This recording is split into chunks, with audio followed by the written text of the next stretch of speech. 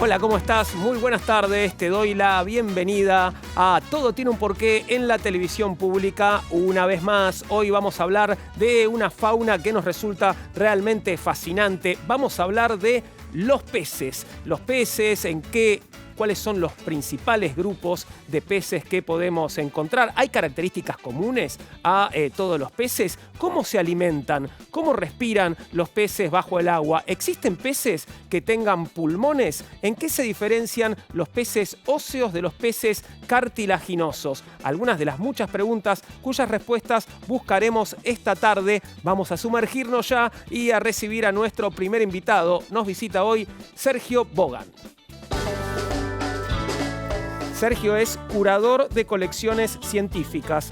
Desde 2008 es el curador responsable de las colecciones científicas de la Fundación de Historia Natural Félix de Azara y de la Universidad Maimónides. Hace más de 10 años es editor de la revista científica Historia Natural y su principal línea de trabajo es el estudio de la fauna de peces fósiles y actuales que habita en Argentina.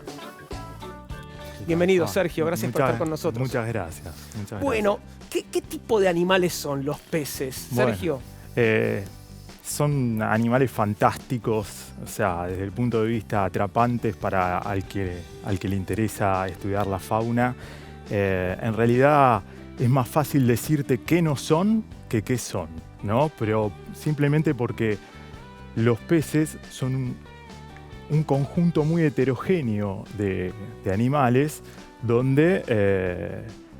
que están dentro de los vertebrados, digamos, ¿no? Podríamos clasificarlos como vertebrados que no son tetrápodos. Bien. No son un grupo natural, o sea, es una construcción de las personas, digamos, que los agrupamos, pero en realidad está compuesto de distintos tipos de organismos, ¿sí? Pero todos son vertebrados y ninguno es tetrápodo. Exactamente. ¿Y qué quiere decir que no son tetrápodos? Tetrápodos quiere decir que son aquellos animales que tienen vértebras y tienen 4 extremidades, ¿sí? Ápodos son extremidades, ¿sí? Y no es el caso de los peces. No es el caso de los peces, o sea, todos los demás vertebrados suelen tener 4 extremidades. El caso de los anfibios, los reptiles, los mamíferos como nosotros. ¿Y cuáles son? ¿Hay características comunes igual a todos los peces? Hay algunas características que podemos considerar que comparten, que son vertebrados, o sea, que tienen vértebras. No necesariamente todos los peces tienen vértebras, pero sí tienen una notocorda que después va a dar origen a las vértebras, ¿no? ¿Qué es una notocorda? Notocorda es como una especie de varilla de un tejido flexible que va a formar el eje del cuerpo, ¿sí? Va a ser nuestra protocolumna vertebral, digamos, ¿no? Bien. Que nosotros las mantenemos, los tetrápodos las mantienen en estado embrionario y después se desarrollan las vértebras, ¿no? ¿Y qué quiere decir que los peces son un grupo parafilético? Bueno, justamente es lo que te comentaba al principio, ¿no? Esta idea, el ser humano para clasificar los organismos, o sea, siempre clasifica los organismos, ¿no? O sea, las personas solemos clasificar la naturaleza, lo que nos rodea, ¿no? Entonces, usamos la categoría de peces para agrupar una serie de vertebrados que tienen ciertas características, ¿no?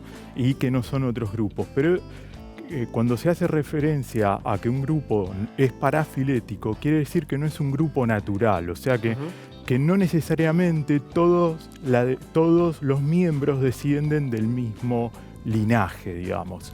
Podrían ser distintas ramas de un árbol evolutivo que los agrupamos de una forma lo que se llama filogenética, que son las relaciones de parentesco, no necesariamente están emparentados directamente. Bien. Para darte un ejemplo, nosotros tenemos más cercanía genética con un pez pulmonado que vive en nuestro Chaco que con un mixín, por ejemplo, que es un agnato. Bien. O sea, entre ellos, que los agrupamos como peces, hay una distancia genética mucho mayor que entre nosotros y uno de ellos. Exactamente. Y entiendo que igual hay 3 grandes grupos en los que suelen ordenarse los peces. Exactamente. ¿Y cuáles son? Los peces los separamos en 3 grandes grupos, que son los agnatos, los condrictios y los osteictios. Bueno, me tenés que contar sobre cada uno de ellos. Son nombres que no había escuchado hasta ahora. ¿Qué son los agnatos? Agnatos quiere decir que no tienen mandíbula. O sea, son peces que no tienen mandíbula. Después tenemos los condrictios, que son peces que tienen principalmente un esqueleto cartilaginoso y no tienen vejiga natatoria, pero sí tienen una mandíbula. La mandíbula se desarrolla evolutivamente a partir de los arcos branquiales. ¿Sí? A partir de los peces con mandíbulas, después van a evolucionar, digamos, el resto de los vertebrados mandibulados.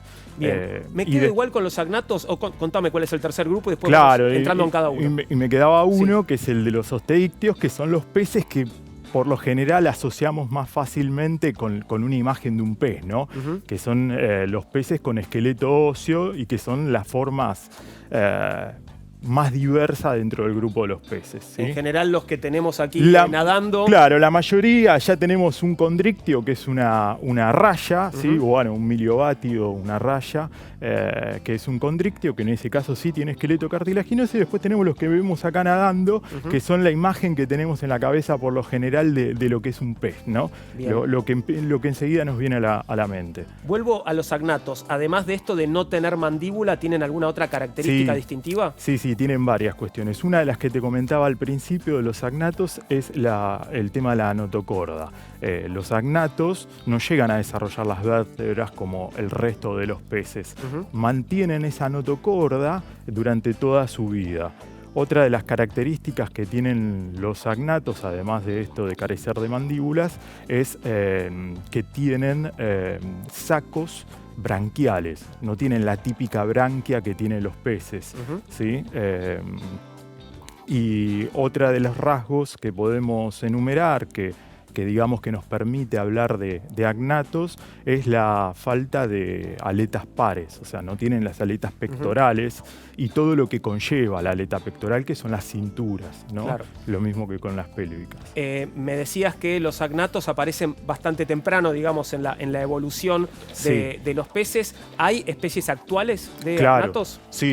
Los agnatos aparecen más o menos hace unos 500 millones de años, durante el Paleozoico. Y en la actualidad hay representantes vivientes que no son tan diversos como lo fueron en el pasado, ¿sí? Actualmente hay dos grupos de agnatos, de lo que llamamos agnatos, porque también los agnatos no son un grupo, son un grupo parafilético, como hablábamos antes. Claro. No son un grupo natural. Bien. O sea, nosotros los agrupamos de esa forma por una serie de rasgos que tienen en común y porque entendemos que estarían en alguna medida relacionados, aunque las relaciones filogenéticas no están del todo claras todavía. Dentro de los agnatos hoy en día hay dos grupos, que son los mixines y las lampreas. Las lampreas, me dijiste. Correcto. ¿Me esperás un momento, sí, Sergio? Porque voy a hablar sobre lampreas. Tenemos una lamprea que es nuestra, la lamprea patagónica, y voy a conversar sobre ella con Carla Riva Rossi, que es doctora en biología, investigadora del CONICET y desempeña sus tareas en el Instituto de Diversidad y Evolución Austral en Puerto Madryn. Se especializa en la evolución, ecología y el hábitat de peces de la Patagonia. Hola Carla, buenas tardes, ¿cómo estás? ¿Todo bien? Hola Juan, buenas tardes, muy bien, ¿cómo estás vos? Muy bien, gracias. ¿Estás en Puerto Madryn ahora? Sí, así es, estoy en mi casa, trabajando en mi casa, como todos, claro. O como muchos. Contame, ¿qué son las lampreas, Carla? Bueno, las lampreas voy a elaborar un poco más de lo que ya habló Sergio, que explicó súper bien. Son este grupo de vertebrados muy basales, muy primitivos. Surgieron hace unos 500 millones de años. Se los suele conocer como fósiles vivientes, porque la mayoría de los representantes de los agnatos, donde están las lampreas ubicadas, se han extinguido. Pero las lampreas y los micinos han llegado a existir en la actualidad, ¿no es cierto? También, como Sergio decía, se los conoce como peces sin mandíbulas, porque en vez de tener maxilar y mandíbula, tienen una boca circular o un disco suctor, un embudo succionador. Los juveniles, las larvitas de las lampreas, usan eso para alimentarse mientras están enterradas en el barro. Pero en el adulto, esa boca suctora se recubre de dientes y se desarrolla un pistón lingual que está provisto de unos colmillos muy poderosos que ella utiliza, la lamprea utiliza para chuparle la sangre a sus presas, que son otros peces o mamíferos marinos. Por eso también se lo conoce como vampiro del mar. Esto que nos estás describiendo son características de la lamprea. ¿Hay algunas otras que puedas comentarnos, Carla? Las características principales ya las comentó Sergio, ¿no es cierto?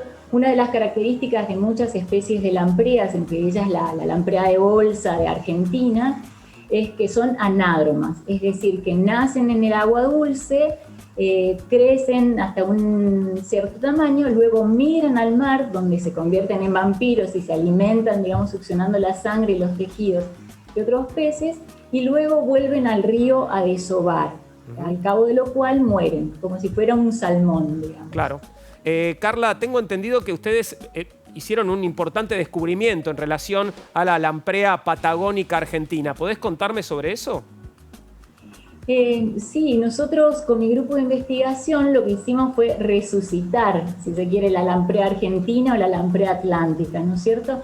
Esta especie, la lamprea de bolsa en Argentina, se describió en 1869 por naturalistas de aquella época, y al cabo de algunos años la comunidad científica internacional rechazó este descubrimiento, lo descartó y la incluyó dentro de lo que es la lamprea de bolsa, que también habita en Chile o en Australasia. Por años quedó así, como que la lamprea de bolsa era una única especie con esta distribución, y nosotros, bueno, ahora hace 2 años la empezamos a estudiar con mi grupo de investigación. Estudiamos la forma, el tamaño, la ubicación de los órganos, empleamos ADN y pudimos revalidar a la lamprea argentina, la lamprea del Atlántico. Y resucitamos su nombre, Geotria macrostoma, como lo habían llamado los científicos allá por 1869. ¿Y por qué, bueno, cómo lograron hacer esto y por qué es importante esta reclasificación, Carla? Esta reclasificación es muy importante porque cada especie, digamos, es el resultado de un proceso evolutivo muy largo, ¿no es cierto? A lo largo del cual cada especie va desarrollando adaptaciones locales al ambiente particular donde habita.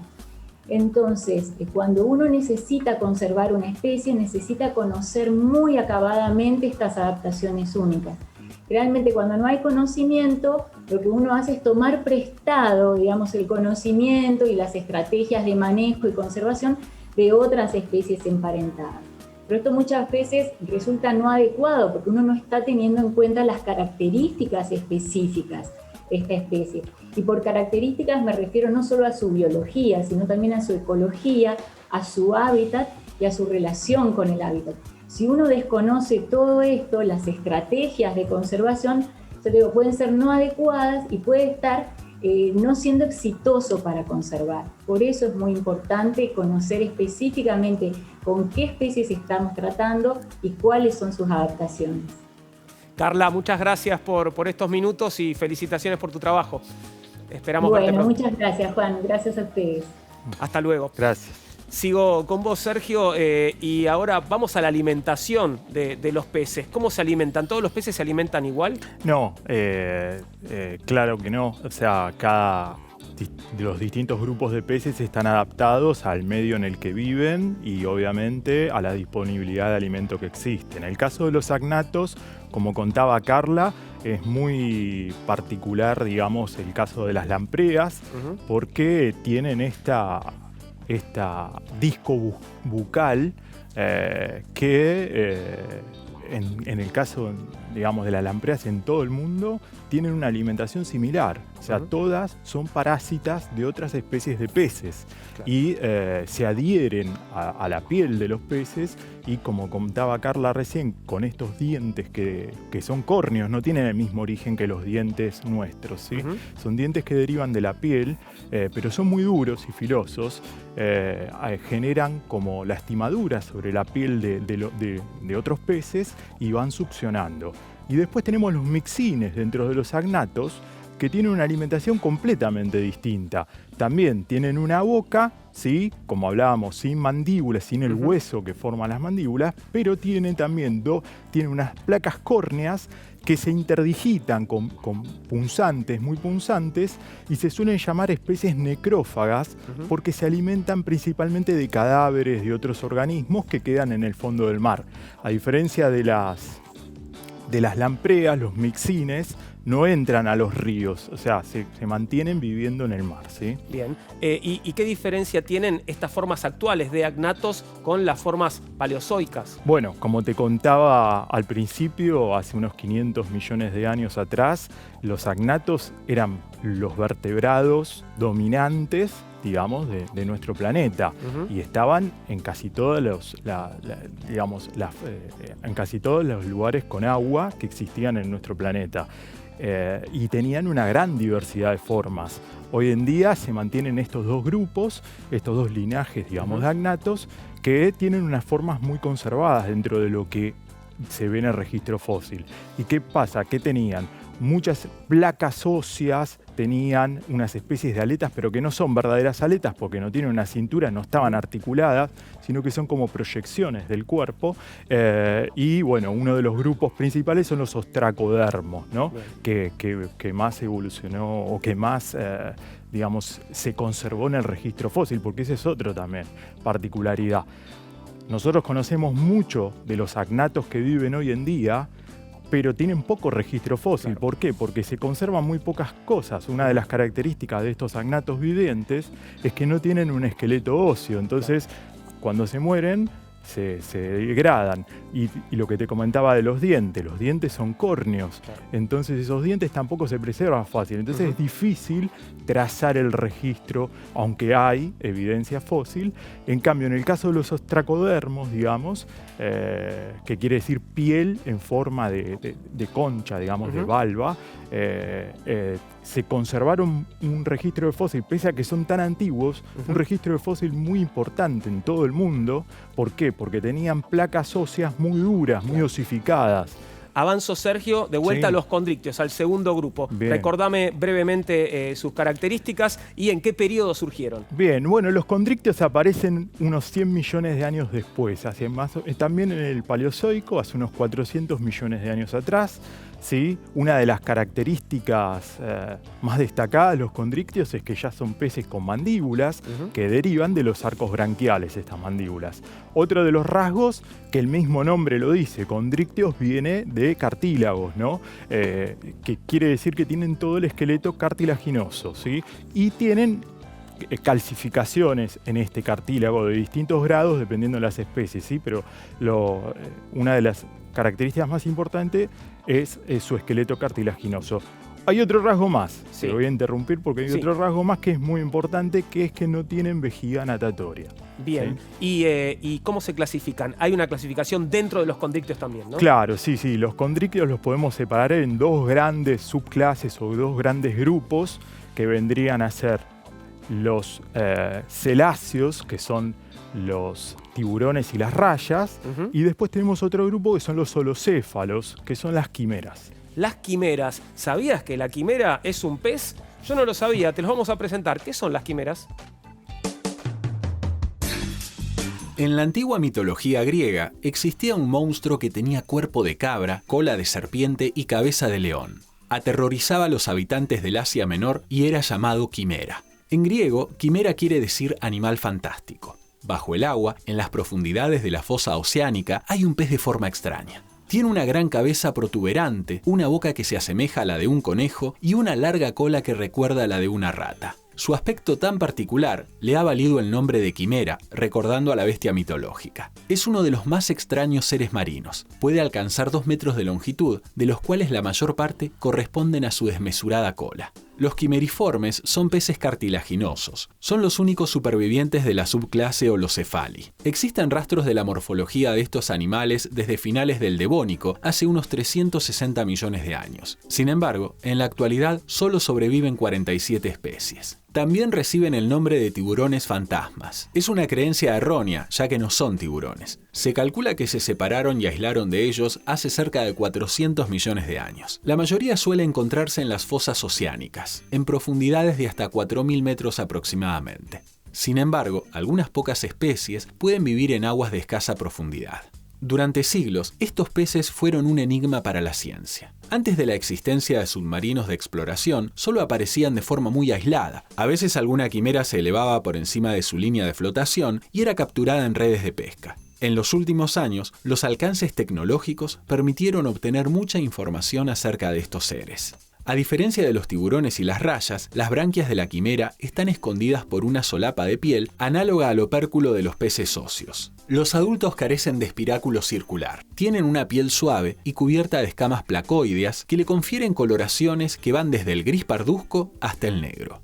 No tienen dientes afilados ni reemplazables, como sí los tienen muchos tiburones. En su lugar, poseen unas placas dentales muy fuertes que emplean para triturar las estructuras duras de sus presas. Su principal fuente de alimentación son los moluscos y crustáceos. Para localizarlos y capturarlos, emplean unas estructuras sensoriales que poseen en su cabeza y que detectan los débiles campos eléctricos de sus víctimas. Para defenderse, tienen una espina venenosa situada delante de la aleta dorsal que les permite inyectar veneno a cualquier animal que los ataque. Las quimeras dejaron de ser un misterio. Sin embargo, aún queda mucho por saber sobre ellas y su función en los ecosistemas del fondo del mar.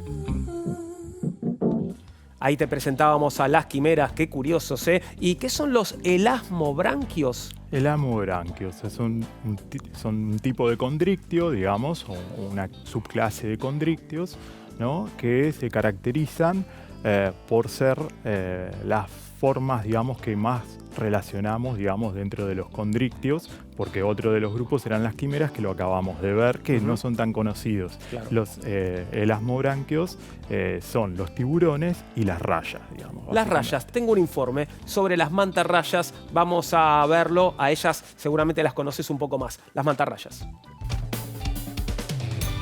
Hace 5 millones de años apareció una de las especies más características del mar, las mantarrayas. Estos peces cartilaginosos desarrollaron potentes aletas pectorales en forma de alas que le dan una apariencia de manta. Estas aletas les permiten nadar largas distancias y sumergirse a grandes profundidades. Los cuerpos de las mantarrayas son aplanados y sus ojos se encuentran en los laterales de la cabeza, detrás de las aletas cefálicas. Son dos las especies. Una es la manta virostris o manta gigante, que puede llegar a pesar hasta 1.350 kilos. La manta alfredi es más pequeña, aunque de todos modos su longitud alcanza los 5 metros. Las mantas, como muchas especies de tiburones, necesitan nadar constantemente para que el agua pase por sus branquias y así poder respirar. Para desplazarse mueven sus aletas y se impulsan lentamente. Pareciera que volasen a través del océano. Este movimiento es una de sus características distintivas. A diferencia de las otras rayas, las mantas no son venenosas, ni tienen la boca en la parte inferior del cuerpo, sino en la parte frontal de la cabeza. Esto es debido a que se alimentan por filtrado, mientras las rayas suelen depredar animales que habitan los fondos arenosos. Las mantarrayas se alimentan de grandes cantidades de zooplancton y pueden consumir hasta el 13% de su peso corporal cada semana. Cuando están comiendo, nadan lentamente alrededor de los bancos de plancton con la boca abierta, girando en círculos. Las mantas se acercan a arrecifes de coral para dejar que los peces limpiadores se alimenten de los parásitos adheridos a su piel. Estos pequeños animales se acercan a la boca, se introducen en las branquias o se pasean por la superficie del cuerpo. Es una relación simbiótica en la que ambas especies se benefician. Debido a su porte, las mantas tienen pocos depredadores naturales. Los tiburones de mayor tamaño o las orcas son los únicos que se animan a atacarlas. Su máxima amenaza es la sobrepesca y su baja tasa reproductiva. Tanto la pesca comercial como la artesanal caza a las mantas por su carne, piel y el aceite de su hígado. Otros peligros que las acechan son las redes a la deriva en las que quedan atrapadas, la ingesta de microplásticos, los derrames químicos y los golpes con embarcaciones. Se encuentran protegidas. Sin embargo, la Unión Internacional para la Conservación de la Naturaleza la catalogó como especie vulnerable. Ahí veíamos a las mantarrayas. Vamos a seguir hablando de los peces después de la pausa, pero ahora te invito a que nos escribas si querés. Nos encontrás en porqué@mandarinatv.com. En Facebook estamos como Todo Tiene un Porqué. En Instagram y Twitter @porqué_TV. Más variedades de peces conoceremos después de comerciales. Espéranos.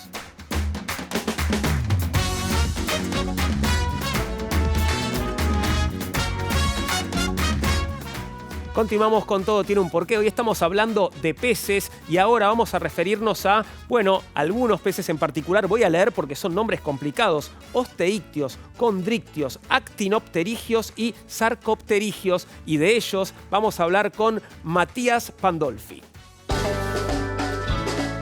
Matías es doctor en Ciencias Biológicas, tiene un postdoctorado en la Universidad de California, Los Ángeles, es investigador independiente de CONICET. Su tema de investigación es el comportamiento y reproducción en peces. Es profesor adjunto a cargo de cursos de grado y posgrado en la carrera de Biología de la Universidad de Buenos Aires y dirige el Laboratorio de Neuroendocrinología y Comportamiento en Peces en la Facultad de Ciencias Exactas y Naturales de la Universidad de Buenos Aires. Hola Matías, ¿cómo estás? Buenas tardes, gracias por atendernos. Buenas tardes, Juan. Bueno, paso a preguntarte primero por los osteictios. ¿Qué son los osteictios, Matías? Bueno, a fines prácticos, digamos, los osteictios serían los peces que tienen un esqueleto formado por hueso, ¿sí? Por tejido óseo. A diferencia de los condrictios, son las rayas y los tiburones que tienen un esqueleto de cartílago. Ahora, a fines evolutivos, si uno en realidad lo piensa, la característica de tener un tejido óseo involucra a casi todos los vertebrados. O sea que tanto los peces óseos como los tetrápodos, es decir, los vertebrados terrestres, incluyéndonos nosotros, seríamos osteictios, ¿sí? Pero bueno, a fines más didácticos, digamos, la idea es esto. Son peces con un esqueleto óseo que tienen algunas características que los distinguen de los peces cartilaginosos, como las branquias, por ejemplo, no las tienen expuestas, como los tiburones, que uno ve las hendiduras ahí en los laterales, sino que están cubiertas por un opérculo, que es óseo, ¿sí? Tienen vejiga natatoria, que les permite flotar y desplazarse, digamos, de arriba hacia abajo, en la columna del agua. Tienen una aleta caudal que se dice homocerca, o sea, uno ve los dos lóbulos de la aleta y son bastante parecidos en los peces osteictios. Y tienen escamas que están formadas también por hueso. O sea, que el hueso aparece no solo en el esqueleto, sino en las escamas y en ese opérculo que cubre las branquias. Entonces, bueno, todo esto que nos estás contando los diferencia, entiendo, de los condrictios. Claro, porque los condrictios tienen un esqueleto que es cartilaginoso, o sea, no tienen tejido óseo. Las branquias están expuestas, ya sea más lateral o más ventral, según el grupo, no hay un opérculo. Bueno, y hay otras diferencias, obviamente, en relación a la aleta, por ejemplo, en el caso de la aleta caudal, ¿no? En el caso de los condrictios suele tener un lóbulo más grande que el otro, ¿sí? Y además, bueno, hay bastantes diferencias. Sí. No, adelante, Matías, por favor. No, y hay algunas diferencias también en relación a la reproducción. Un gran número de los peces cartilaginosos suelen tener fecundación interna. O sea, los machos tienen las aletas modificadas para, digamos, la cópula de alguna manera. Y gran parte, no todos, pero gran parte desarrollan a sus crías, las paren vivas, digamos. O sea, son ovovivíparos o vivíparos. En los peces óseos, los osteictios, también hay algunos ejemplos, pero son menos, digamos, ¿no? Que en los peces cartilaginosos. En un ratito vamos a hablar sobre la flotabilidad en los peces óseos, tenemos otra comunicación al respecto, pero me hablabas de las aletas de los osteictios y cómo se los puede clasificar en función de las aletas. Bueno, en las aletas tenemos lo que serían las aletas impares, ¿no? Que esas son exclusivas de los peces. Que son, bueno, la aleta dorsal, que es como si fuera una vela, que protege al animal de lo que sería el balanceo, ayuda en las vueltas que el pez tiene que dar, o en las paradas a veces que tienen que ser medio bruscas, bueno, según el tipo de vida que tenga. Luego tenemos la aleta caudal, que sería la cola, que también es impar, y la aleta anal, que está posterior al ano, ¿sí? Y también ayuda a estabilizar durante el nado, y en algunos animales también puede intervenir en la reproducción si hay fecundación interna. En general, la mayoría de los peces tienen fecundación externa, pero hay algunos casos donde hay fecundación interna. Y después tenemos lo que son las aletas pares, que son homólogas o equivalentes a nuestros miembros, ¿sí? Las aletas pectorales son equivalentes a nuestros brazos, ¿sí? O el miembro anterior de un tetrápodo, que están cerca del opérculo, y están, digamos, relacionadas con una cintura, que está relacionada a su vez con la columna, y tienen montones de modificaciones, o sea, además de permitir la natación, permite a los peces voladores volar, a algunos peces que se desplazan por el fondo caminar, ¿sí? Y bueno, están muy modificadas. Y por último tenemos las aletas pélvicas, que serían homólogos a nuestras piernas o a miembros posteriores en otros tetrápodos, y que bueno, también son aletas pares, digamos, ¿no? Que tienen una ubicación mucho más variable, digamos, ¿no? Según el hábito de vida de estos animales. Y entiendo que hay 2 grandes clases de osteícteos. ¿Cuáles serían, Matías?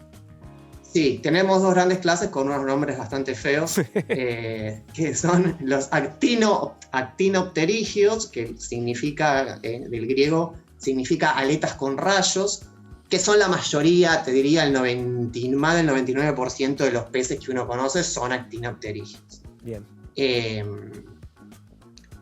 Y que tienen justamente la característica de tener espinas óseas en sus aletas, que pueden tener, digamos, por ejemplo, los bagres las tienen muy desarrolladas, las usan como defensa, y eso abarca, digamos, la gran mayoría de los peces. Y luego tenemos los sarcopterígeos, que sería el otro grupo, son muchas menos especies, son unas 8 especies, que tienen aletas carnosas y lobuladas. Pero acá lo mismo que yo les decía a los osteícteos. En realidad, los sarcopterígeos involucran a un grupo de peces en particular, pero también involucran a los tetrápodos, ¿no? O sea, a los vertebrados terrestres. O sea, que todos somos osteícteos desde un punto de vista evolutivo, ¿sí? Y todos somos sarcopterígeos también desde un punto de vista evolutivo.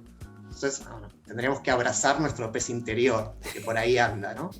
Y se expresa durante el desarrollo embrionario, ¿no? Que eso es importante, porque nosotros tenemos hendiduras branquiales cuando somos embriones.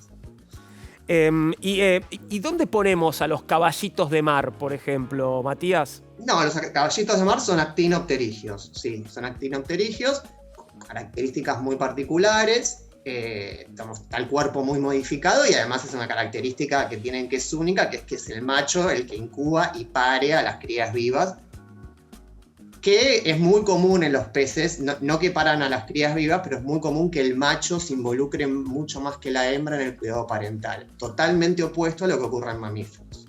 Si te parece, vemos un informe sobre los caballitos de mar, a donde justamente ponemos también el foco en este comportamiento. Lo vemos y seguimos conversando. Matías, los caballitos de mar. El caballito de mar, o hipocampo, es un animal único dentro de la extensa fauna marina. No solo por su particular estructura, sino también por su comportamiento y su modo de reproducción. Constituyen un grupo de peces marinos pertenecientes a la familia Syngnathidae. Se distribuyen en aguas tropicales y templadas de todo el mundo. Tienen un cuerpo cubierto por una especie de armadura ósea y es el único pez que tiene el cuerpo en ángulo recto en relación a la cabeza. Adoptan una posición erecta, impulsándose con su aleta dorsal. Los desplazamientos verticales lo consiguen a medida que ajustan el volumen de aire de las vejigas natatorias y mediante las aletas pectorales. Las aletas son muy tenues y tienen forma de abanico. Poseen una cola prensil que se enrolla en espiral y les permite aferrarse a corales y plantas subacuáticas. No son rápidos ni hábiles para nadar. Sus estrategias de supervivencia son otras. Algunas especies son capaces de cambiar su color para confundirse entre las macroalgas de su entorno. Si esto no ocurriese, serían presa fácil para sus predadores. Pueden medir entre 14 milímetros y 29 centímetros de longitud, según la especie. Son depredadores de pequeños crustáceos que habitan en el zooplancton. Para cazarlos, los ubican con su desarrollado sistema visual, en el que cada ojo tiene una movilidad independiente. El vínculo con sus congéneres es fundamental. Para comunicarse, provocan una especie de chasquido con rápidos movimientos de su cabeza, haciendo rozar una parte del cráneo con una parte de su esqueleto externo superior. A lo largo de la historia, los caballitos de mar representaron la fidelidad para distintas culturas, ya que tienen una pareja única toda su vida. Cuando llega el momento del apareamiento, los hipocampos parecen bailar en el agua, y en esa danza se produce un fenómeno que solo se ve en este orden de peces. La hembra usa su ovopositor, una especie de apéndice con forma alargada, para insertar los huevos maduros dentro de la bolsa incubadora del macho, llamada marsupium.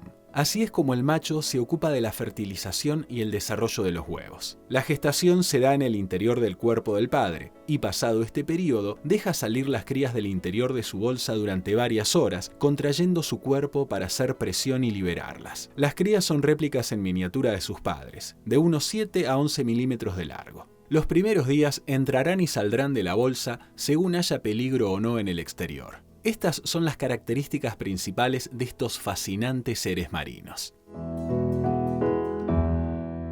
Vuelvo, Matías, sobre cosas que de algún modo ya estabas adelantándonos como para ordenarme. ¿Hay una clasificación posible para los actinopterigios? ¿Podrías presentármela, por favor? Sí, los actinopterigios son osteícteos, digamos, que tienen aletas con rayos, ¿sí? Y los sarcopterigios son osteícteos que tienen aletas carnosas y lobuladas. Esa es la característica del grupo actinopterigio, que abarca al 99% de los peces óseos, ¿no? Los peces que conocemos. ¿Y ahí tenemos grupos? ¿Ahí hay una clasificación interna? Ahí tenemos, claro, dentro de actinopterigios había 3 grandes grupos, después se fueron fusionando. Las clasificaciones son muy dinámicas, como la ciencia. O sea, claro, de repente, digamos, de golpe se encuentran nuevas características y cambian, se reagrupan, entonces hay que estar todo el tiempo actualizándose. Pero tenemos 2 grandes grupos, que son los condrosteos, que es un grupo bastante minoritario, que incluye los esturiones, que se caracterizan por tener un cráneo, si bien tienen tejido óseo, un cráneo bastante cartilaginoso. Entonces se incluyen los esturiones, que son bastante famosos por el caviar. Claro. Los bichires, que son unos bichos que se desplazan también por el fondo, caminan, entre comillas, bastante, que son africanos, de agua dulce. Y los peces espátula, que quizás estuvieron bastante en las noticias porque el pez espátula chino se extinguió, se declaró extinto este año, digamos. Son peces de agua dulce que tienen como una espátula, digamos, en su rostro se proyecta como una espátula. Eso sería un grupo pequeño de actinopterigios, donde están los condrosteos, y después donde tenemos la mayoría de las especies de peces, te diría unas, sin exagerar, 30.000, son los neopterigios, ¿sí? Donde ahí tenemos cualquier pez que se te ocurra, desde los caballitos de mar hasta los salmones, las truchas, los peces de espada, la gran mayoría. Esos serían los neopterigios, o sea, los que surgieron más tarde en la historia evolutiva. Y estos 2 grupos que nos estás describiendo, el minoritario, el mayoritario, ¿están en las aguas de todo el planeta o están restringidos a algunas regiones en particular? Los condrosteos en general están más restringidos al hemisferio norte y al agua dulce. Si bien hay algunas especies de esturiones que frecuentan el mar, digamos, la mayoría son de agua dulce y de los grandes lagos, digamos, de Estados Unidos y Canadá. Uh-huh. Y los bichirs no, esos son de agua dulce, también son condrosteos, africanos. Y nos decías se venden mucho en acuarismos, son bastante conocidos por los acuaristas porque se venden como mascotas, lamentablemente. Nos decías que la diferencia entre actinopterigios y sarcopterigios tenía que ver con las aletas. ¿Esa es como la gran diferencia o hay algunas diferencias más? Esa es como la gran diferencia. La otra diferencia es que los sarcopterigios desarrollan pulmones, ¿sí? Esos pulmones pueden ser realmente utilizados para respirar, como es en el caso de los dipnos o los peces pulmonados, o pueden ser utilizados como una vejiga natatoria para subir a la superficie, que es en el caso de los elacantos, que también son sarcopterigios y que son muy curiosos porque son peces grandes, de casi 1,5 metros, 2 metros, que viven a profundidades como de 300 metros, que se los creyó extintos hasta 1938, que se encontró una de las especies, y recién en 1952 se encontró otro ejemplar, en redes, quedaron atrapados, y en 1988 se encontró una segunda especie, que son bichos que caminan, ¿sí? Y se desplazan por el fondo del mar y suben a la superficie a alimentarse durante la noche. Pero son raros y son difíciles de encontrar, digamos, ¿no? O sea que una característica esencial de los sarcopterigios, si te entendí bien, es que la presencia de pulmones. Sí, la presencia de pulmones que lo utilizan para respirar, sobre todo los dipnos, que realmente tienen una forma más bien alargada y suelen quedar en la época de sequía enterrados en el barro, con una mucosidad que ellos mismos secretan y respiran aire atmosférico, digamos, durante bastante tiempo. Y cuando vuelve el agua, vuelven al agua, ¿no? Cuando vuelve el agua, sí, vuelven a respirar normalmente. Siempre salen, también son, bueno, sobre todo el Lepidosiren paradoxas, que es el sudamericano. Hay 4 especies de peces pulmonados, son todos de agua dulce, salvo los celacantos. Hay 4 africanas, una australiana, y nosotros tenemos una que es Lepidosiren paradoxa, que vive en nuestro país, digamos, y nada, sucede eso, ¿no? Que tienen esa forma medio como de anguila, y que en los periodos de sequía viven enterrados. Hay una y se llaman dipnos porque tienen 2 orificios nasales abiertos al exterior a través de los cuales intercambian aire por sus pulmones. Hay una clasificación entonces dentro de los sarcopterigios también. Dentro de los sarcopterigios tenés los celacantos y los dipnos y todos los tetrápodos. ¿Sí? O sea, anfibios, reptiles, aves y mamíferos. Bien, nosotros también. Tengo un informe sobre nosotros también abracemos nuestro sarcopterigio interior. Tenemos un sarcopterigio adentro. Vamos a ver los en peces. Nuestra historia evolutiva. Los peces pulmonados, te los presentamos en este informe. Si bien la respiración en casi todos los peces se da a través de las branquias, hay algunas especies que tienen pulmones. Los dipnos, conocidos como peces pulmonados, son una subclase de sarcopterigios, es decir, peces que presentan aletas lobuladas. Durante mucho tiempo se consideró que los pulmones de los dipnos eran derivados de la vejiga natatoria, pero en realidad vienen de la pared ventral del final de la faringe. Poseen orificios nasales abiertos al exterior, pero la función de estos no es la de respirar, sino la del sentido del olfato. Para captar el aire de la atmósfera emplean la boca, y al igual que los anfibios, lo llevan hasta los pulmones tragándolo. Mientras son larvas, presentan branquias externas temporales que luego desaparecerán. Existen 3 géneros: el Protopterus en África con 4 especies, Lepidosiren en Sudamérica con 1 especie y Neoceratodus en Australia, también con 1 sola especie. El Neoceratodus se caracteriza por presentar aletas lobuladas, un único pulmón y grandes escamas que cubren todo su cuerpo. Es estrictamente acuático y solo sale al aire libre para realizar cortos desplazamientos. Este pez fue descrito por primera vez en el año 1870. Habita en las cuevas submarinas, troncos sumergidos y, en general, en aguas lentas con vegetación acuática. Se mueve en profundidades de entre 3 y 10 metros. Se alimenta de batracios, pequeños crustáceos y lombrices. El Protopterus y el Lepidosiren tienen cuerpos alargados, similares a los de una anguila, aletas en forma de látigos, pulmones pares y escamas más pequeñas. Los ejemplares del género Protopterus llegan a medir 2 metros de longitud. Nadan ondulando el cuerpo o reptan por el fondo usando sus aletas pares. El único miembro de la familia Lepidosiren habita en nuestra geografía. Se encuentra en los pantanos y aguas de movimiento lento del río Amazonas, Paraguay y en la cuenca hidrográfica del río Paraná. En las etapas juveniles se alimentan de larvas de insectos y caracoles. Los adultos son omnívoros y agregan algas y camarones a su dieta. El hábitat de estos peces desaparece durante la estación seca, así que se entierran en el lodo, formando cámaras de 30 o 40 centímetros bajo tierra, dejando un par de huecos para respirar. Estos peces se consideran fósiles vivientes, ya que sus parientes más cercanos se extinguieron hace millones de años. Su supervivencia nos permite estudiar y profundizar nuestro conocimiento sobre cómo era el mar cuando todavía no estábamos sobre la Tierra. Todavía no estábamos, pero ya íbamos a estar, y hoy estamos aquí abrazando a nuestro pez interior gracias a los consejos de Matías. Te mando un abrazo, Matías. Muchas gracias por estos minutos que nos diste. Chao, hasta luego. Gracias a ustedes. Gracias, hasta luego. Y a vos te digo, esperanos porque volvemos. Después de la pausa tenemos tiempo todavía para hablar un poco más sobre los peces y cómo flotan los peces óseos. Ya venimos.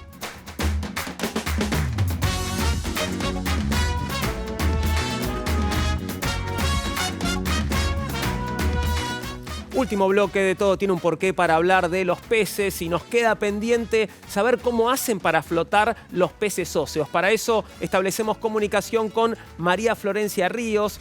Flores, licenciada en Ciencias Biológicas, especializada en la ecología de peces marinos y con una beca doctoral en el Instituto Centro para el Estudio de Sistemas Marinos del CONICET. Hola Flor, ¿cómo estás? Buenas tardes, gracias por atendernos.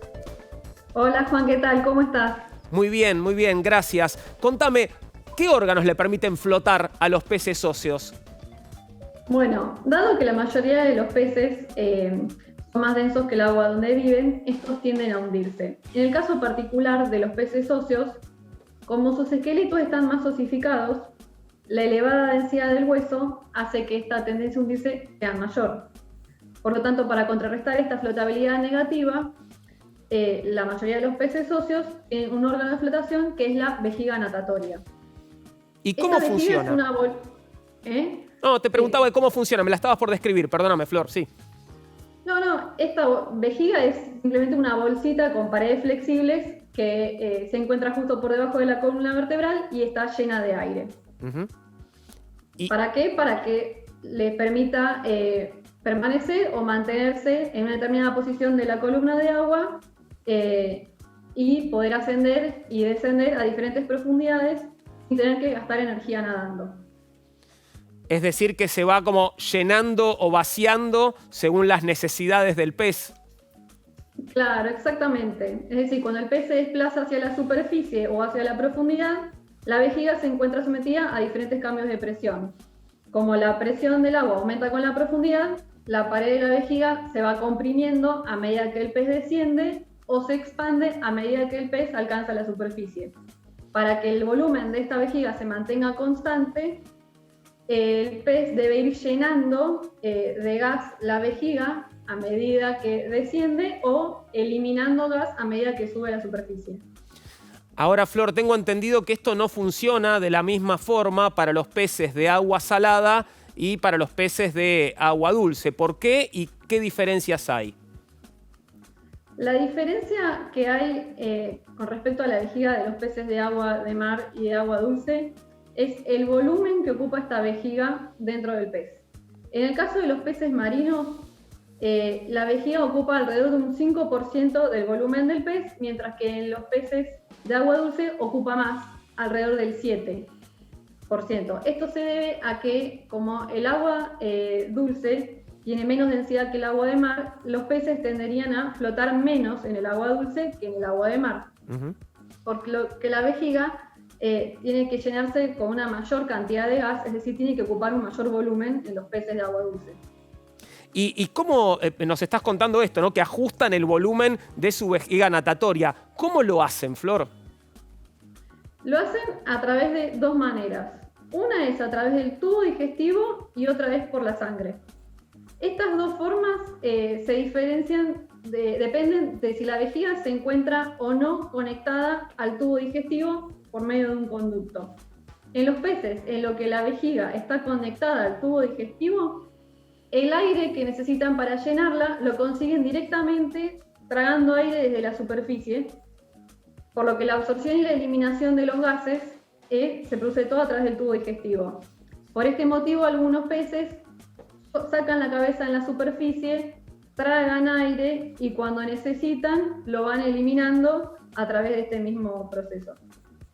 En el caso de los peces en los que la vejiga no se encuentra conectada al tubo digestivo, el intercambio gaseoso, el llenado y vaciado del gas en la vejiga, se produce a través de una red de capilares sanguíneos y vasos que recubren la vejiga. Por lo tanto, este intercambio se produce a través de la sangre.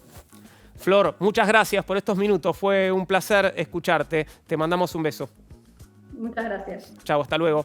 Y también te agradezco a vos, Sergio, que hayas estado con nosotros. Fue un placer, gracias por recibirnos, por permitirnos hablar de estos temas que tanto nos gustan. Es nuestra misión. Así que gracias, Sergio, Gracias por haber estado con nosotros. Me voy a poner de pie porque en realidad me toca decirte chau. Llegamos al final del ciclo de Todo Tiene un Porqué en la televisión pública. Estamos tristes, por supuesto, porque nos encantaría seguir adelante con este proyecto que nos encanta, pero también es momento para agradecer en toda despedida. Y el primer gran agradecimiento obviamente es para toda la comunidad científica, para todos los científicos, intelectuales, profesionales. Fueron cientos los que pasaron por este programa en sus 4 temporadas y con gran generosidad nos ofrecieron todo su conocimiento y con gran paciencia también para escuchar las preguntas de gente como yo que no sabe tanto. Así que muchas gracias. Este programa fue de ustedes y fue para ustedes y esperamos haberles sido útiles. También yo personalmente tengo que agradecer por un lado a Mandarina por haberme convocado, por haber confiado en mí para conducir este programa. No es nada fácil, te cuento, porque obviamente no sé todo lo que saben nuestros invitados y hay que hacer el esfuerzo de estar a la altura. Muchas gracias, Mandarina. Muchas gracias, Martina Luri, el motor de este programa, nuestra productora ejecutiva y el enorme y gran equipo de producción. Es muy difícil producir un programa como este y lo han hecho de la mejor manera. Así que muchas gracias a todos nuestros compañeros y gracias también a todos los compañeros de la televisión pública, los que han trabajado con nosotros aquí mano a mano todos los días. Por supuesto, gracias porque nos permitieron hacerlo de la mejor forma posible. Y finalmente, gracias a vos que nos viste, que nos prestaste atención y si logramos despertar tu curiosidad, llevarte a que quieras leer o estudiar algo, si te servimos para tus estudios en algún momento, cumplimos nuestra función más allá de que hoy tengamos que terminar. Gracias por todo. Nuevamente te dejamos ahora con Juan Ibelcoff Andino y Cata Delía, que con todo su equipo hacen Altavoz aquí en la televisión pública. No te olvides, todo tiene un porqué. Chau.